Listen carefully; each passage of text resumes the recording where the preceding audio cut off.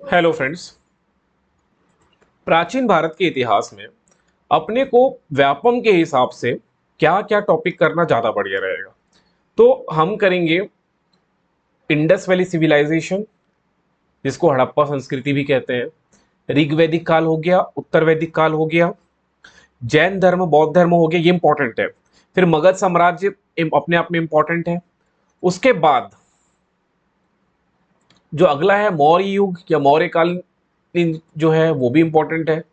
फिर सातवाहन युग और गुप्त साम्राज्य और हर्ष वाला।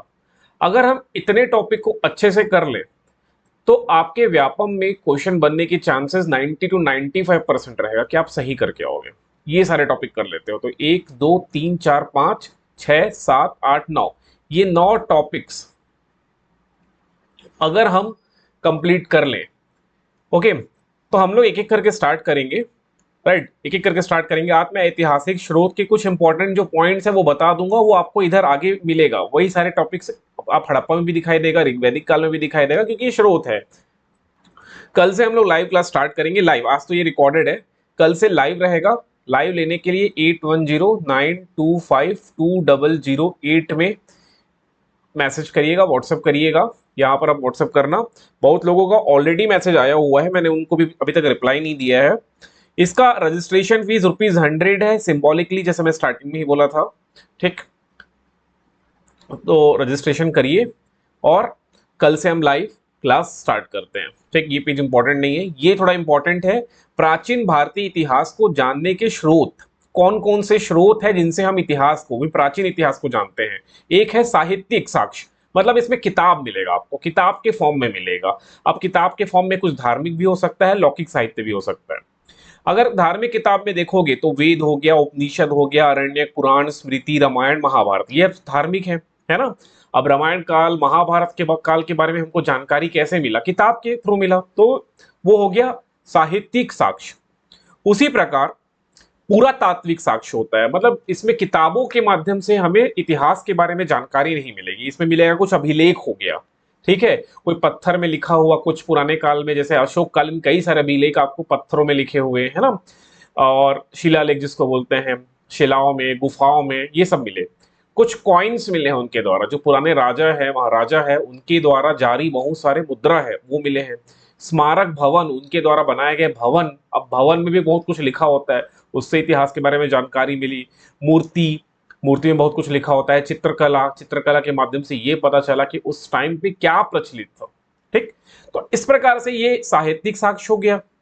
दूसरा पुरातात्विक साक्ष्य हो गया। अभी तीसरा जो है ये वाला, तीसरा जो है ये है विदेशी यात्रा विवरण। अब विदेशी यात्रा विवरण का मतलब क्या होता है? हमारे देश में विदेशों से बहुत सारे मेहमान आए घूमने के लिए, जैसे कि चीन से आए, यूनानी रोम लेखक हैं, अरबी लेखक है, कितने सारे इन लोग भारत घूमने आए, 6-8 महीना भारत में रहे, साल भर भारत में रहे। अब भारत से जब वापस गए तो उन्होंने अपनी जानकारी एक किताब के फॉर्मेट में लिखी, तो वो भी स्रोत है इतिहास जानने का। ठीक है, जैसे वेन सांग के बारे में आगे पढ़ोगे, बहुत सारे आपको राइटर दिखाई देगा, यहाँ पर दिख ही रहे है ना, ढेर सारे। ठीक है, इनको हम लोग पढ़ेंगे ही, लेकिन आप एक नजर मार लीजिए, इसको आगे हमको देखना ही है। ओके, बाकी हम लोग देखेंगे ही, सबको देखना ही है। राइट, ये कुछ चीजें हैं जिसको आप नोट कर लीजिए, वेरी वेरी इंपॉर्टेंट है एग्जाम के लिए। जैसे कि अभिलेख की मैं जो बात कर रहा था, है ना, जो मैं अभिलेख की बात कर रहा था, इसमें कुछ प्रमुख अभिलेख व शासक का नाम दिया गया है। वो सीधे सीधे व्यापक में प्रश्न बनता है कि हाथी गुम्फा अभिलेख किसका है, कौन से शासक का है, ये भी क्वेश्चन एग्जाम में बनता है। तो यहाँ पर कुछ 9 अभिलेख दिया है, ये 9 को आपको रट्टा मार लेना, ये सब रट्टा वाला चीज है, इसमें समझने के लिए कुछ नहीं है, इसे फैक्ट है। हाथी कलिंग नरेश खारवेल का है। अहेल अभिलेख ये पुलकेशियन सेकंड का है। नासिक अभिलेख ये गौतमी बलश्री का है। जूनागढ़ अभिलेख रुद्रदमन का है। प्रयाग स्तंभ अभिलेख, ठीक है, ये अभिलेख आपको दिख रहा है, इसको बस याद करना है, कैसे भी करके ट्रिक बनाइए और याद करिए। मंदसौर तो मालवा नरेश यशोवर्मन का है। ग्वालियर अभिलेख प्रतिहार नरेश भोज का है। देवपाड़ अभिलेख बंगाल शासक विजय सेन का है। और भीतरी व जूनागढ़ अभिलेख स्कंदगुप्त है। एक जूनागढ़ अभिलेख आपको यहाँ भी दिखाई देगा, ये रुद्रदमन का है। जूनागढ़ में एक और राजा का उल्लेख है, वो है स्कंदगुप्त का, इसलिए जूनागढ़ अभिलेख में आपको 2 राजाओं का नाम दिखेगा। ठीक है, बस ये याद करिए, जिस भी ट्रिक से आपको याद करना याद करिए।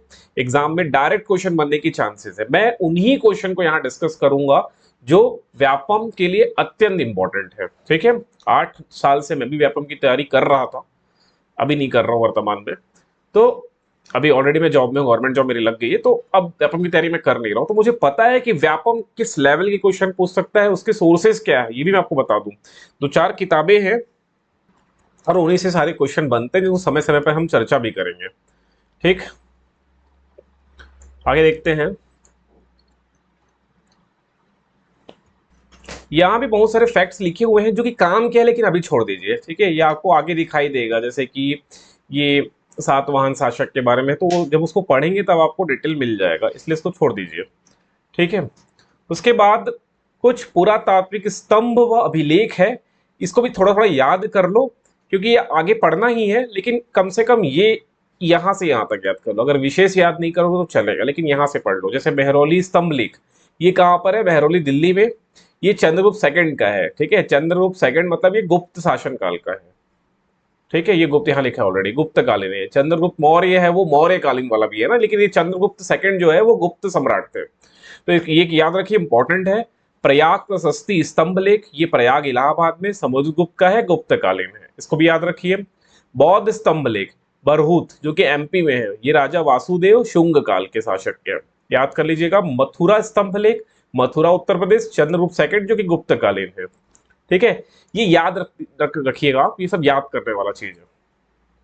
मैं बोल रहा हूँ कॉम्पिटिशन एग्जाम में बहुत कुछ मैटर करता है, उसमें एक चीज ये भी मैटर करता है कि आपकी मेमोरी कितनी शार्प है, आप एक बार पढ़ने के बाद कितने लंबे समय तक उसको अपने दिमाग में रख सकते हैं, ये भी मैटर करता है ना। तो ये सारे जो स्तंभ लेख आपको दिख रहा है, 12 है, इसमें कुछ समझने वाला चीज नहीं, आप अपने तरीके से ट्रिक बनाइए और याद करिए।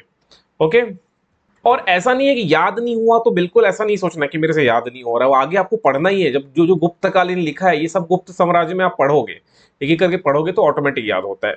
ओके, अब ये जो दिख रहा है ना साहित्यिक स्रोत वगैरह वगैरह, ये भी एग्जाम में प्रश्न बनते हैं। इसको मैं लूंगा, लाइव क्लास में लूंगा, इसको दृष्टि आईएएस की किताब से देखेंगे इसको। ठीक है, इसको यहीं स्किप करते हैं इसको। जो आज अपने को पढ़ना है वो है सिंधु घाटी की सभ्यता, इंडस वैली सिविलाइजेशन। अब इसमें जो इंपॉर्टेंट फैक्ट्स है, जो क्वेश्चन आपके में बन सकता है एग्जाम में, बस वही, उसको आप कोशिश करिए लिखने का, स्क्रीनशॉट लेने का, जो भी करना है करिए, बट यही एग्जाम में बनेगा यहाँ से, तो उतना याद रखिए। तो देखिए, सिंधु घाटी सभ्यता यहाँ तक स्किप करना है आपको, इसमें कुछ खास है नहीं। एक चीज यहाँ इंपॉर्टेंट है भूमिका में, कि उत्खननों से प्राप्त अवशेषों के आधार पर इस पूरी सभ्यता को सिंधु घाटी सभ्यता व अथवा इसके मुख्य स्थल हड़प्पा के नाम पर हड़प्पा सभ्यता कहा जाता है। इतना याद रख लेना, काम चल जाएगा। अब देखो, ये हमारी इंडस वैली सभ्यता का जो केंद्र है, इसके सबसे, अगर हम उत्तरी सीमा की बात करें तो मांडा है, वो क्षेत्र का नाम क्या है? मांडा, जो कि जम्मू कश्मीर में है। राइट, इसी प्रकार हम लोग पूर्वी सीमा की अगर बात करें, ठीक, पूर्वी सीमा है आलमगीरपुर, आलमगीरपुर, ये आपको दिख रहा होगा, आलमगीरपुर, जो कि यूपी में है। अगर हम लोग पश्चिमी सीमा की बात करें तो सुत्का गेंडोर, सुत्का गेंडोर, ये पूछा जाता है कि इंडस वैली सिविलाइजेशन या सिंधु घाटी सभ्यता की पश्चिमी सीमा कौन सी है, ये कौन से स्थान पे है, तो वो है सुत्का गेंडोर, जो कि बलूचिस्तान पे है, पश्चिमी सीमा। इसी प्रकार से अगर हम दक्षिणी सीमा की बात करें तो वो दैमाबाद है, जो कि महाराष्ट्र में है। ठीक, इतना याद रखिए, चार ये पॉइंट याद रखिए जो कि इंपॉर्टेंट है, ये एग्जाम में प्रश्न बनता है कि सिंधु घाटी सभ्यता की उत्तरी सीमा कहां पर है, दक्षिणी सीमा कहां पर है, पूर्वी सीमा कहां पर है, और पश्चिमी सीमा कहां पर है। इतना याद रख लीजिए आप, ये इंपॉर्टेंट है। ठीक, बाकी कौन कौन से जगह पे कौन कौन सी नदी बहती है, ये भी इंपॉर्टेंट है, उसको देखते चलते हैं। ठीक है, अगर आपके पास भी दृष्टि आईएएस की किताब है, ओके, तो इसमें बहुत सारे ऐसे चीज है जो यूपीएससी पीएससी के हिसाब से लिखा गया है ना, वो हमारे लिए काम के नहीं है। जैसे ये लाइन हम ऑलरेडी पढ़ ही चुके हैं, तो उसको दोबारा पढ़ने का मतलब नहीं है। ठीक, वह उत्तर दक्षिण लगभग 1100 किलोमीटर तक। ठीक है, इसको भी चाहो तो याद कर सकते हो कि उत्तर से दक्षिण की लंबाई लगभग 1100 किलोमीटर है और पूर्व से पश्चिम की लंबाई लगभग 1600 किलोमीटर है। ठीक है, ये इंपॉर्टेंट है। सिंधु घाटी सभ्यता अपने त्रिभुजाकार स्वरूप में थी, ये इसको याद रख लेना, स्वरूप पूछा जा सकता है। कैसा स्वरूप? त्रिभुजाकार, जिसका क्षेत्रफल लगभग 13 लाख वर्ग किलोमीटर है। इतना याद रख लोगे, काम चल जाएगा व्यापम के हिसाब से। अब एक क्वेश्चन यहाँ जो बनता है वो ये है कि सर्वप्रथम किसने सिंधु घाटी सभ्यता का पता लगाया? तो सर्वप्रथम चार्ल्स मैसन, इनका नाम याद रखिएगा, चार्ल्स मैसन ने 1826 में 1826 ईस्वी में इस सभ्यता का पता लगाया था, जिसका सर्वप्रथम वर्णन उनके द्वारा 1842 में प्रकाशित पुस्तक में मिलता है। उसके बाद अब ये इन्होंने खोज कर दिया, पता लगा लिया और अब इसका प्रकाशन कर दिया इस किसी पुस्तक में। लेकिन उसके बाद 1921 में भारतीय पुरातत्व सर्वेक्षण विभाग के तत्कालीन अध्यक्ष, जिनका नाम था सर जॉन मार्शल, इनके नेतृत्व में पुरातत्वविद दयाराम साहनी ने उत्खनन कर इसके प्रमुख नगर हड़प्पा का पता लगाया। 1921 में हड़प्पा का पता लगाया गया। सर्वप्रथम हड़प्पा स्थल की खोज के कारण इसका नाम हड़प्पा सभ्यता भी रखा गया है। ये लाइन इंपॉर्टेंट है, इसको आप कैसे भी करके याद रखिए। पहला इसमें क्या पॉइंट मैंने बताया कि चार्ल्स मैसन ने 1826 में इस सभ्यता का पता लगाया, जिसका प्रकाशन 1842 में किया। डेट से इंपॉर्टेंट नहीं है, डेट एग्जाम में नहीं बनेगा, ओके। लेकिन इसके इन्होंने केवल इसके बारे में बताया था, वर्णन किया था अपनी किताब में कि ऐसी सभ्यता यहाँ यहाँ हो सकती है, लेकिन सबसे प्रथम बार इसका उत्खनन या खुदाई करके, ओके, खुदाई के माध्यम से उत्खनन कर इस सभ्यता के बारे में पता लगाया, उनका नाम है दयाराम साहनी। और इन्होंने कौन से नगर की खोज की? तो वो है हड़प्पा। ठीक, हड़प्पा स्थल की खोज सबसे पहले हुआ, इसलिए हम इंडस वैली सिविलाइजेशन या सिंधु घाटी की सभ्यता को हड़प्पा सभ्यता के नाम से भी जानते हैं। ओके, इतना याद रख लीजिएगा। ये बात थी 1921 की। फिर एक साल बाद सन जॉन मार्शल के दिशा निर्देश में ही राखल दास बनर्जी द्वारा सिंधु घाटी सभ्यता के स्थल मोहनजोदड़ो की खोज 1922 में की गई। सबसे पहले हड़प्पा सभ्यता की खोज की गई, बाद में मोहनजोदड़ो की खोज की गई। ठीक है, अब इसका डेट वगैरह भी कब है थोड़ा ये देख लेते हैं।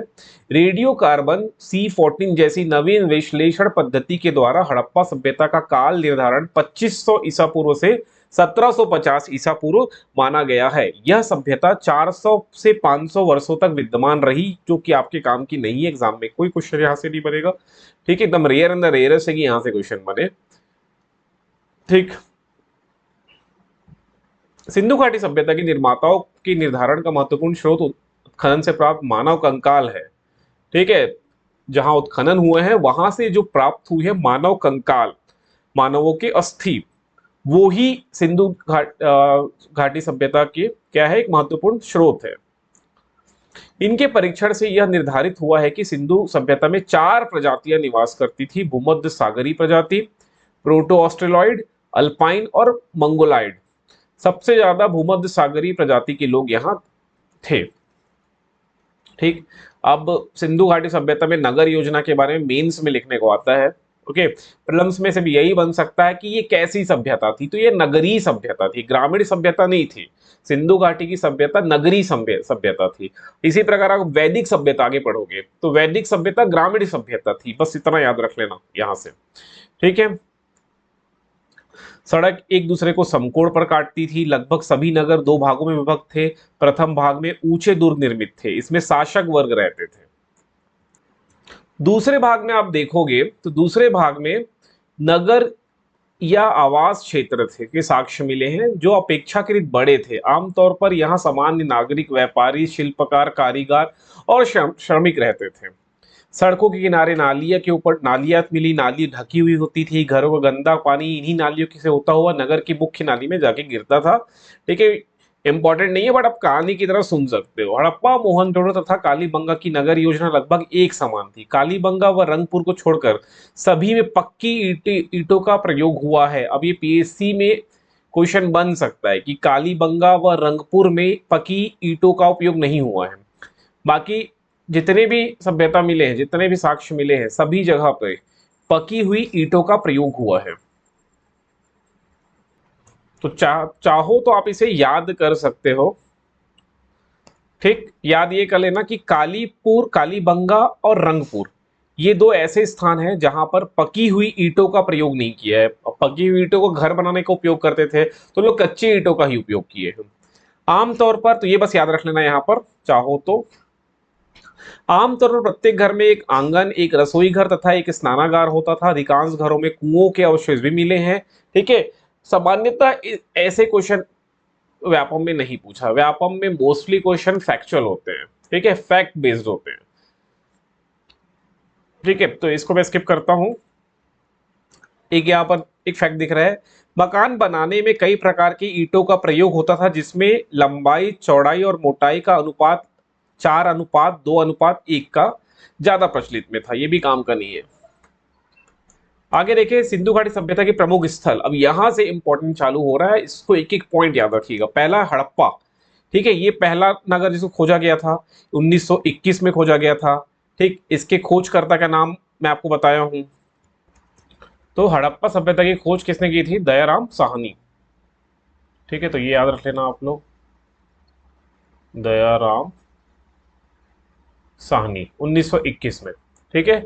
हड़प्पा वर्तमान में रावी नदी के बाएं तट पर पाकिस्तान के पंजाब प्रांत के मोंट गोमरी जिले में स्थित है। तो ये कहां पर है? पाकिस्तान में। दो तीन चीजें आप इसमें नोट कर लीजिएगा हड़प्पा के साथ। दयाराम साहनी 1921 प्रथम स्थल, ठीक है, ये सब नोट करते चलिएगा। और अगर नदी की बात करें तो रावी नदी, ठीक है, रावी नदी, हड़प्पा, दयाराम साहनी, दयाराम साहनी, ये दो तीन चीजें आप याद रखेंगे, बस इतना ही एग्जाम में बनेगा। हड़प्पा के साथ इस चीज को एसोसिएट करके रखिए। स्टुअर्ट पिगट ने इसे अर्ध औद्योगिक नगर कहा। अर्ध औद्योगिक नगर। यहाँ के निवासियों का एक बड़ा भाग व्यापार, तकनीकी, उत्पाद और धर्म के कार्यों में संलग्न था। उन्होंने हड़प्पा व मोहनजोदड़ो को एक विस्तृत साम्राज्य की जुड़वा राजधानी कहा। हड़प्पा व मोहनजोदड़ो को एक विस्तृत साम्राज्य की जुड़वा राजधानी किन्होंने कहा? स्टुअर्ट पिगट ने। इनको बस याद रख लेना, इतना याद रख लेना, हड़प्पा व मोहनजोदड़ो को जुड़वा राजधानी कहा गया है। बस इतना याद रखोगे, काम चल जाएगा व्यापम के हिसाब से, ठीक है, ठीक है। और अब डेफिनेटली यहां पर दुर्ग तो रहेगा ही, ठीक, दुर्ग मतलब किला। फिर आता है सेकेंड, मोहनजोदड़ो। इसे सिंधी भाषा में मतलब इसकी मोहनजोदड़ो का सिंधी भाषा में अर्थ क्या है? मृतकों का टीला। मृतकों का टीला हिंदी में बोलेंगे मोहनजोदड़ो को। यह सिंध पाकिस्तान के लरकाना जिले में सिंधु नदी के तट पे है। मोहनजोदड़ो कहां पर है? कौन सी नदी? तो इंडस रिवर, सिंधु नदी के तट में है। इसके खोजकर्ता कौन है? तो राखल दास बनर्जी, राखल दास बनर्जी, इन्होंने 1922 में इसकी खोज की थी। ओके, बस इतना याद रख लेना। अब मोहनजोदड़ो में कुछ स्थल फेमस है, स्थल, उसमें से एक है वृहद स्नानागार। कौन सा स्थल? वृहद स्नानागार मोहनजोदड़ो का सर्वाधिक महत्वपूर्ण सार्वजनिक स्थल है। ओके, ये याद रखिए। एक चीज और याद रखना है कि हड़प्पा वासी कांसे का निर्माण करते थे, ठीक है, कांसे का उपयोग क्या करते थे? प्रयोग करते थे। ओके, तो कांस्य धातु का यहाँ प्रयोग होता था, इतना याद रख लेना आप लोग। कांस्य धातु से बने मूर्ति यहाँ आपको मिले होंगे। ओके, फिर आते हैं जो अगला स्थल है, वो है चन्हुदड़ो। ये स्थल याद रखना। अब आपको इतना ही याद रखना है कि वो कौन से नदी के किनारे पे है, इतना याद रख लो तो काम चल जाएगा। ओके, इसको मेरे ख्याल से एक टेबल फॉर्मेट में दिया ही होगा आगे, ये रहा। इतना याद रखो ना यार, ये टेबल याद रखो सबसे पहले। आप पहले तो यही याद रखो, बाकी अंदर का आपको बाद में याद होगा। पहले ये याद रख लो कि कौन सा स्थल कौन से नदी के किनारे पे है और खोजकर्ता कौन है या उत्खनन करता कौन है, ठीक है। अगर ये याद हो गया, ये एक दिन में याद नहीं होगा, एक बार में याद नहीं होगा, मल्टीपल टाइम पढ़ना पड़ेगा। हड़प्पा, रावी नदी, कौन? दयाराम साहनी। तो मैं इसको अपने टाइम में कैसे याद किया था कि मेरे लाइब्रेरी में एक रवि नाम का लड़का आता था, ठीक है, पढ़ता था मेरे साथ ही, रवि। तो मैं याद किया, ऐसे याद किया था मैं इसको कि रवि जो है वो पाकिस्तान को हड़प लिया। रवि, रावी, ट्रिक है, ट्रिक हो सकता है आपके लिए उपयुक्त ना हो, बट मेरे लिए उपयुक्त था, मुझे अच्छे से याद भी हो गया था उस टाइम पे। रवि ने पाकिस्तान को हड़प लिया, मतलब हड़प्पा अब जो है पाकिस्तान पे होगा, रावी नदी किनारे होगा। तो मुझे दया आ गया, दयाराम साहनी, ऐसे मैंने याद किया था इसको, ठीक है, रवि ने, ठीक। तो इसको ऐसे ही याद रखिए आप भी। अब उसके बाद देखते हैं मोहनजोदड़ो, जो कि सिंधु घाटी के तट पे है ना, सिंधु नदी के तट पे है, और राखलदास बनर्जी ने इसकी खोज की थी। इसको मैं ऐसे याद किया था, आपको ज्यादा ज्यादा मोह नहीं रखना है, क्योंकि एक दिन राख में मिल जाना है, ज्यादा मोह नहीं रखना है, राख में मिल जाना है। ओके। और ये जो मोहनजोदड़ो है, इसको क्या कहा जाता है, और इसका अर्थ भी है मृतकों का टीला, है ना, मृतकों का टीला। तो आप इसको ऐसा भी समझिए ना, राख, मृतक, इसको भी कनेक्ट कर लीजिए। तो मरने के बाद, जलने के बाद क्या हो जाता है, राख ही मिलेगा। तो मृतकों का टीला क्या होगा, राख होगा टीला में। बस ऐसे याद करने का ट्रिक बनाइए, छोटा छोटा ट्रिक बनाइए, तो लंबे समय तक याद रहेगा। अदरवाइज कैसे याद रखोगे, इतने सारा लिस्ट है, देखो इतना सारा लिस्ट है, 10-12 है, उसमें सबकी नदी है और सबके अलग अलग खोज करता है, आपको कनेक्ट करना है कैसे भी करके। चंदहुदड़ो, इसको चूहा जैसा लग रहा है ना, चंदहुदड़ो को पढ़ोगे तो यहाँ लगा दो चूहा हो गया। चूहा को हम क्या करते हैं, अरेस्ट कर लेते हैं, जाल में कैद में कर लेते हैं ना चूहा। चूहा पकड़ने के लिए हम लोग पिंजरे का उपयोग करते हैं ना। पिंजरे में क्या होता है, ऐसा होता है, देखिए इसको, ये देखो, ये एक पिंजरा हो गया, ये पिंजरा है, और पिंजरे में क्या होता है, चूहा होता है ना। ऐसे देखो, जितना आसानी से आप कनेक्ट करोगे, आपको लंबे समय तक वो चीजें याद रहेगा। ये पिंजरा हो गया, अब उसमें क्या है, चूहा क्या हो गया, अरेस्ट हो गया। अरेस्ट हो गया तो उसे कनेक्ट कर लिए अनरेस्ट, अनरेस्ट मैके। ठीक, इस तरह से याद करने का प्रयास करिए तो याद हो जाएगा। ऐसा है कि नहीं कि याद नहीं होगा। इसको मैं ऐसे याद किया था, काली लाल, कालीबंगा लाल, एक बीबी लाल कुछ आ रहा है, लाल आ रहा है, ठीक है, और बीके थापर भी है। तो कनेक्ट करना स्टार्ट करिए, आपको कनेक्ट करना है कैसे भी करके, ठीक है। काली, एक रंगपुर भी दिखाई देगा, रंगपुर, और उसमें राव है, और एक दो बात भी राव है, लोथल में भी राव है। तो देखो, आपको थोड़ा सा कनेक्ट करना है, ट्रिक बनाना है, कैसे भी करके इसका ट्रिक बनाना है।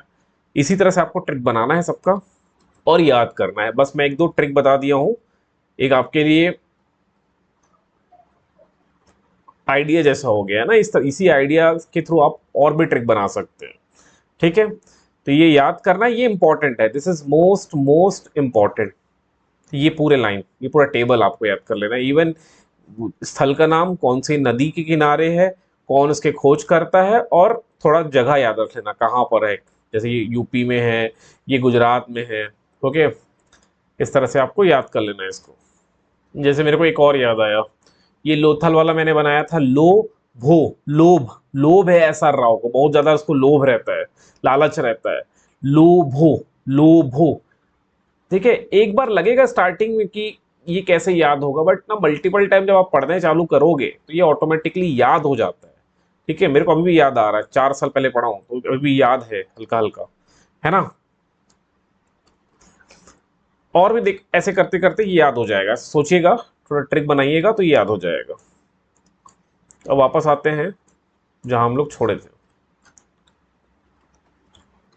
अब लोथल देखिएगा, लोथल में एक चीज आपको याद रखना है कि ये बंदरगाह है। ओके, ये क्या है, बंदरगाह है, एक पोर्ट सिटी है। ठीक, ये याद रखिएगा। खोजकर्ता कौन है, कौन सी नदी के किनारे, अपन बात कर ले चुके हैं। लोथल में नगर को दो भागों में ना बांटकर एक ही रक्षा प्राचीर से पूरे नगर को दुर्गीकृत किया गया था, मतलब नगर के चारों ओर घेराबंदी किया गया था। फिर है राखी गढ़ी, जो कि हरियाणा के हिसार जिले में स्थित है। यहाँ से अन्नागार एवं रक्षा प्राचीर के साक्ष्य मिले हैं। बाकी इसको छोड़ दीजिए। कालीबंगा, यह राजस्थान के गंगानगर जिले में घग्गर नदी के तट पर स्थित है। कालीबंगा का मतलब है काले रंग की चूड़िया। ओके, इसकी खोज की थी अमलानंद घोष द्वारा 1961 में। देखो, हर डेट वगैरह याद नहीं कर पाओगे, बट आपको कम से कम नाम याद रख लेना है, कालीबंगा, इसके खोजकर्ता का नाम, कौन से जिले में है, या कौन से राज्य में है, या कौन से देश में है, और इस कौन सी नदी के तट पे। इतना याद रख लो, एग्जाम में क्वेश्चन बनने की चांसेस रहेगा। और हमको इसको मल्टीपल टाइम पढ़ते हैं, अगर मल्टीपल टाइम पढ़ेंगे तो फिर तो दिमाग में छप जाएगा, है ना। ठीक है, बाकी इसके कुछ एमसीक्यू भी करेंगे ना, तब ज्यादा क्लियर होगा चीजें, एमसीक्यू में देखेंगे तो, है ना। अब देखो इसमें लिखा क्या है कि हड़प्पा लिपि में लगभग 64 मूल चिन्ह हैं। कितने मूल चिन्ह? 64 मूल्य चिन्ह, मूल चिन्ह मिले। जैसे हमारे भी चिन्ह है ना, ये A B C D E F ऐसे चिन्ह है, उसी प्रकार हड़प्पा लिपि के भी 64 मूल चिन्ह मिले हैं। ठीक है। इस लिपि का सबसे पुराना नमूना 1853 में मिला था और 1923 तक इस लिपि यह पूरी तरह से प्रकाश में आ गई, परंतु इसको अभी तक पढ़ा नहीं जा सका है। ये याद रख लेना कि हड़प्पा लिपि को अभी तक पढ़ा नहीं जा सका है। सामाजिक जीवन वगैरह से रिलेटेड क्वेश्चन जनरली यहाँ आता नहीं है, लेकिन जो इंपॉर्टेंट है मैं बता देता हूं। हड़प्पा समाज संभवतः मातृसत्तात्मक थी। ठीक है, मतलब मातृसत्तात्मक मतलब महिला प्रधान समाज।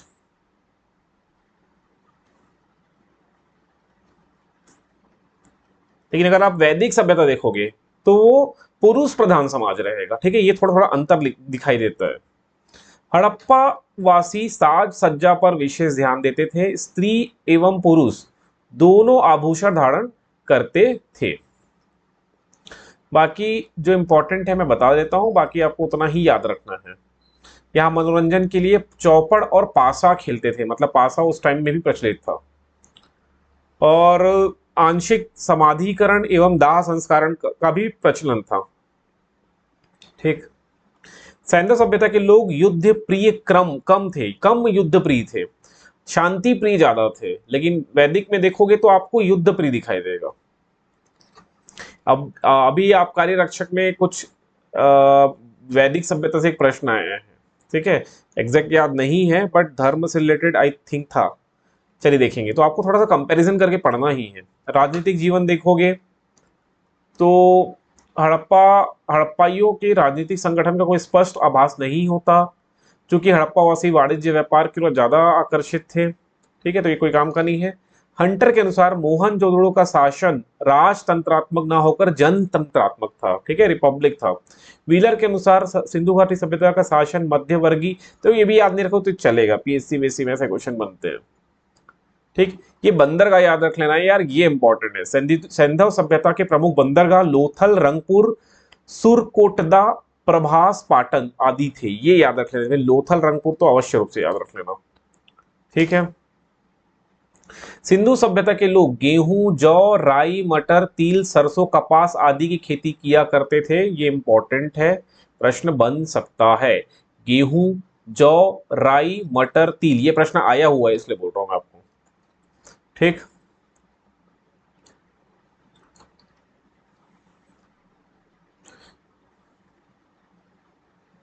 ये लोग तरबूज, खरबूज, नारियल, अनार, नींबू, केला, फलों से भी परिचित थे। यहाँ का प्रमुख खाद्यान्न गेहूं और जौ था। याद रखना, चावल वावल नहीं है। एग्जाम में कंफ्यूज करने के लिए चावल धान डाल देगा, लेकिन गेहूं और जौ है। कृषि कार्य हेतु पत्थर एवं कांसे का औजार का प्रयोग किया जाता था। ये लोग लकड़ी के हलों का प्रयोग करते थे, लकड़ी के हलों का भी प्रयोग करते थे। याद रखना, ये सब इंपॉर्टेंट क्वेश्चन बता रहा हूं।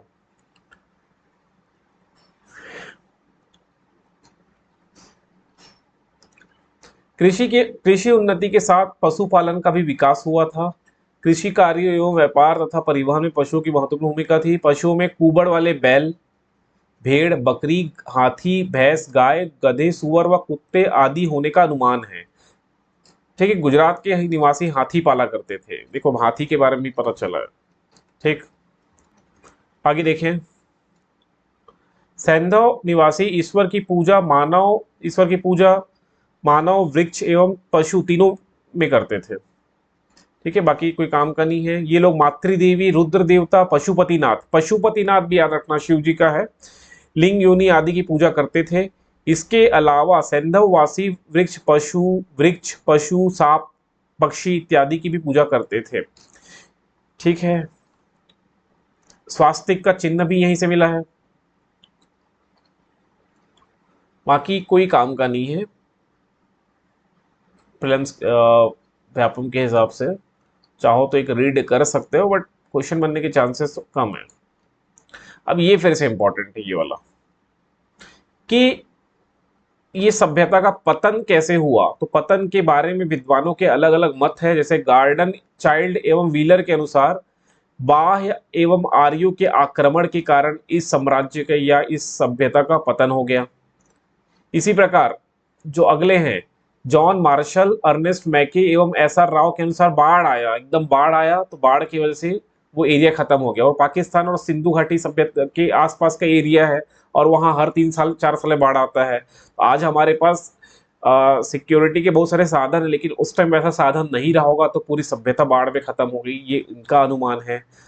ऑरेल स्टीन और आमलानंद घोष के अनुसार जलवायु परिवर्तन कारण हो सकता है। एम आर साहनी, भूतात्विक परिवर्तन जल प्लावन की वजह से हो सकता है। जॉन मार्शल के अनुसार प्रशासनिक शिथिलता है। के यू आर कैनेडी के अनुसार प्राकृतिक आपदा लाइक मलेरिया, महामारी फैली होगी जिसकी वजह से पूरा साम्राज्य खत्म हो गया होगा। ठीक है, अब आपको अपने मत से कोई लेना देना नहीं है, बस इतना याद रखिएगा कि किस विद्वान ने क्या पतन का कारण बताया, ये एग्जाम में प्रश्न बन सकता है। ठीक है, तो इस प्रकार ये सिंधु घाटी सभ्यता हो गया ओवर। अब यहाँ पर कुछ एमसीक्यू प्रश्न भी दिए हैं। ठीक है, तो मुझे कमेंट करिएगा जिनको कल का क्लास ज्वाइन करना है, कल लाइव पढ़ेंगे। ओके, कल मतलब शनिवार से स्टार्ट करना है अपने को। मैं होल सिलेबस कंप्लीट करने का प्रयास करूंगा, रिवीजन सेशन है, बहुत स्पीड से जाएंगे। ठीक है, जो फैक्ट्स है जो एग्जाम में आने के लायक है बस उसी को डिस्कस करेंगे।